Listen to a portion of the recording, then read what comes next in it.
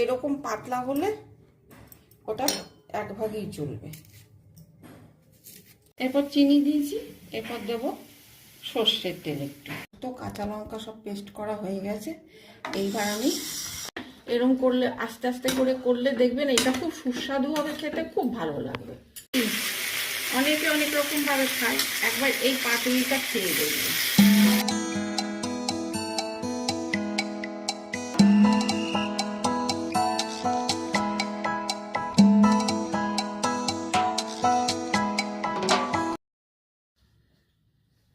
নমস্কার বন্ধুরা, PMD creator চ্যানেলে আপনাদের সবাইকে স্বাগত। আজকে আমি একটা নতুন রেসিপি নিয়ে চলে এসেছি, সেটা হচ্ছে কচুরলতি পাতুরি। কচুরলতি তো অনেক রকম ভাবে খেয়েছেন, একবার এইভাবে খেয়ে দেখুন, ভীষণ ভালো লাগবে। আর এটা রান্না করা খুবই সহজ, কিন্তু একটু ধৈর্য ধরে রাঁধতে হবে। তাহলে চলুন রেসিপিটা শুরু করি, প্রথম থেকে শেষ পর্যন্ত দেখুন। আমার কচুরলতির পাতুরি করতে আমি কচুরলতিগুলোকে কেটে নিয়েছি। এখানে 700 গ্রাম কচুরলতি আছে। কচুরলতিগুলোকে আমি এইভাবে সব ছাড়িয়ে ছাড়িয়ে কেটে নিয়েছি। মোটা হলে দুভাগ করে দেবেন, আর সরু এরকম পাতলা হলে ওটা এক ভাগেই চলবে। এরকম করে ছাড়িয়ে নিতে হবে। এই যে এইরকম করে সব ছাড়িয়ে নিতে হবে। অনেকে তো জানেনি কচুরলতি ছাড়াতে, আর বলে দেখানোর কোনো দরকার নেই। এই যে এরকম ভাবে এই গায়ের আঁশগুলো তুলে নিতে হবে।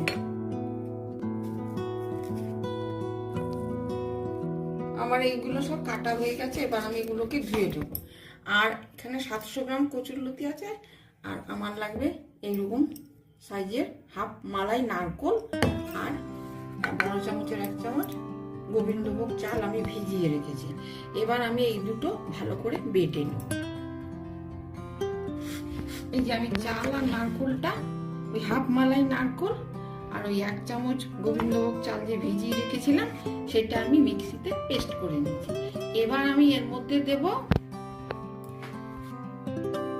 সর্ষে এই 1 চামচ,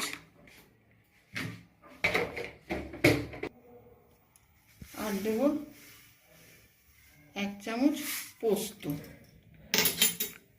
1 চামচ, ছোট চামচের 1 চামচ সর্ষে, বড় চামচের 1 চামচ পোস্ত। এবার দেব এই কটা কাঁচা লঙ্কা। আপনারা যেরকম ঝাল খাবেন সেই অনুযায়ী দেবেন, কম বেশি করে। এবার এইগুলো আমি আবার পিষে নেব। এই যে আমার নারকোল, চাল, সর্ষে, পোস্ত, কাঁচা লঙ্কা সব পেস্ট করা হয়ে গেছে। এইবার আমি এই কচুরলতিটার মধ্যে দেব পরিমাণ মতো হলুদ,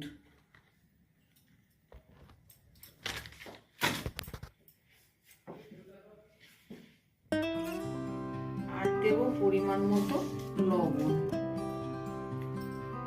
এরপর দেব এই পেস্টটা যেটা করে এনেছি।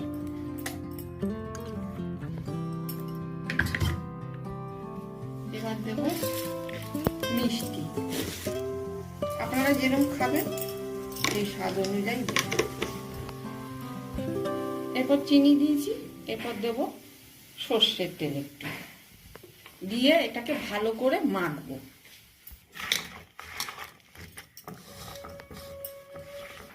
কড়াই বসিয়ে দিয়েছি। এবার আমি এর মধ্যে অল্প সর্ষের তেল দেব, অল্প।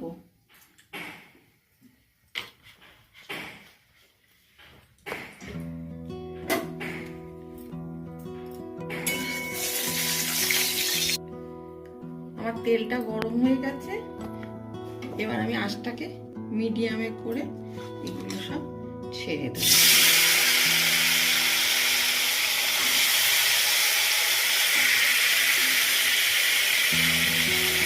এই পাতুরি একবার খেয়ে দেখবেন।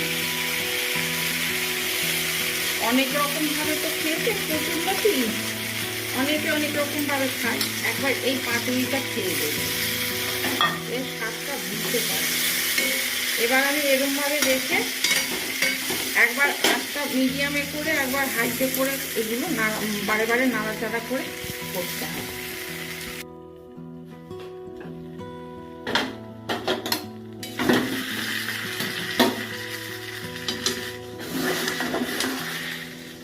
যে আঁচটা একবার মিডিয়াম করে, একবার মানে হাই মিডিয়াম এরকম করেই আর কি এটা ভাজা ভাজা করতে হবে। একবারে বাড়িয়ে দেবেন না, তাহলে কিন্তু সব পুড়ে যাবে, পুড়ে যাবে আর খেতেও একবারে হাইতে করে দিলে তাহলে পুড়ে যাবে, খেতে ভালো লাগবে না। কিন্তু এরকম কম আছে একটু মিডিয়াম এরকম করে দিলে, লো মিডিয়াম করে এরকম করলে, আস্তে আস্তে করে করলে দেখবেন এটা খুব সুস্বাদু হবে, খেতে খুব ভালো লাগবে।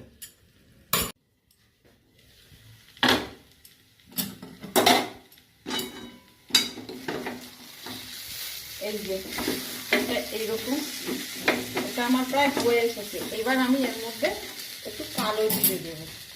কালো জিরে আপনারা আগেও দিতে পারেন, মাখার সময় পরেও দিতে পারেন। অল্প কালো জিরে দিয়ে ভাজা ভাজা করে নেবো। তবে লঙ্কার গুঁড়ো যদি আপনারা দেন দেবেন, আমি তো ওখানে লঙ্কার গুঁড়ো দিইনি, কাঁচা লঙ্কা দিয়েছি। এটা আমার হয়ে গেছে, এবার আমি নামাবো। তবে এইটা কম আছে, একদম আঁচটা কম করে দিয়ে বসিয়ে দেবেন, কিন্তু নাড়তে হবে, না নাড়লে পুড়ে যাবে, বারে বারে নাড়তে হবে, না নাড়লে পুড়ে যাবে। এবার আমি নামাবো। এটা হচ্ছে কচুরলতির পাতুরি। কচুরলতি তো অনেক রকম করে খেয়ে দেখেছেন, একবার এইভাবে খেয়ে দেখুন, এর স্বাদ মুখে লেগে থাকবে।